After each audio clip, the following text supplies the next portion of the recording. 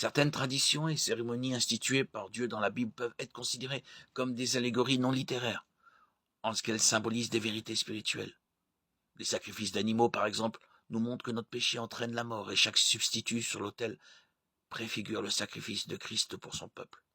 L'institution du mariage, tout en étant d'une grande utilité pratique, est aussi un symbole de la relation entre Christ et l'Église. Éphésiens 5, 31-32.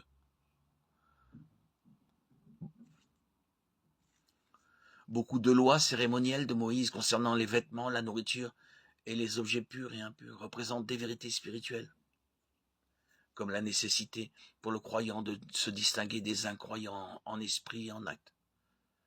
Ces exemples ne peuvent être individuellement considérés comme des allégories qu'une allégorie est constituée d'un ensemble de plusieurs symboles. Mais le système religieux de l'Ancien Testament et de certaines parties du Nouveau peut être considéré comme une vaste allégorie de la relation entre l'homme et Dieu. Il est intéressant de noter que certains événements historiques importants qui semblent à première vue ne pas avoir le sens profond sont réinterprétés par la suite comme des allégories qui nous enseignent une leçon importante.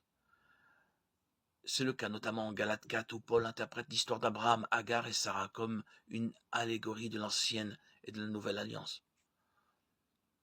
En effet, il est écrit qu'Abraham a eu 2 fils, un de la femme esclave et une de la femme libre.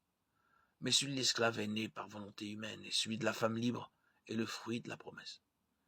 Ces faits ont une valeur allégorique car ces femmes représentent 2 alliances. L'une vient du mont Sinaï et donne naissance à des esclaves, c'est Agar. En effet, Agar, c'est le mont Sinaï en Arabie, et elle correspond à la Jérusalem actuelle qui vit dans l'esclavage avec ses enfants. Mais la Jérusalem d'en haut est libre, celle qui est notre mère. Galates 4, 22-26. Paul cite ici des personnages historiques, Abraham, Agar et Sarah, comme des symboles de la loi de Moïse, l'ancienne alliance, et de la liberté en Christ, la nouvelle alliance.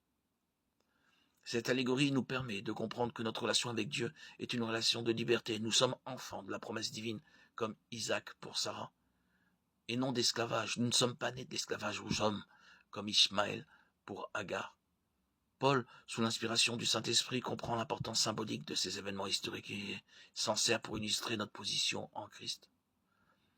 L'allégorie est une très belle manière d'expliquer artistiquement des questions spirituelles d'une manière facile à comprendre.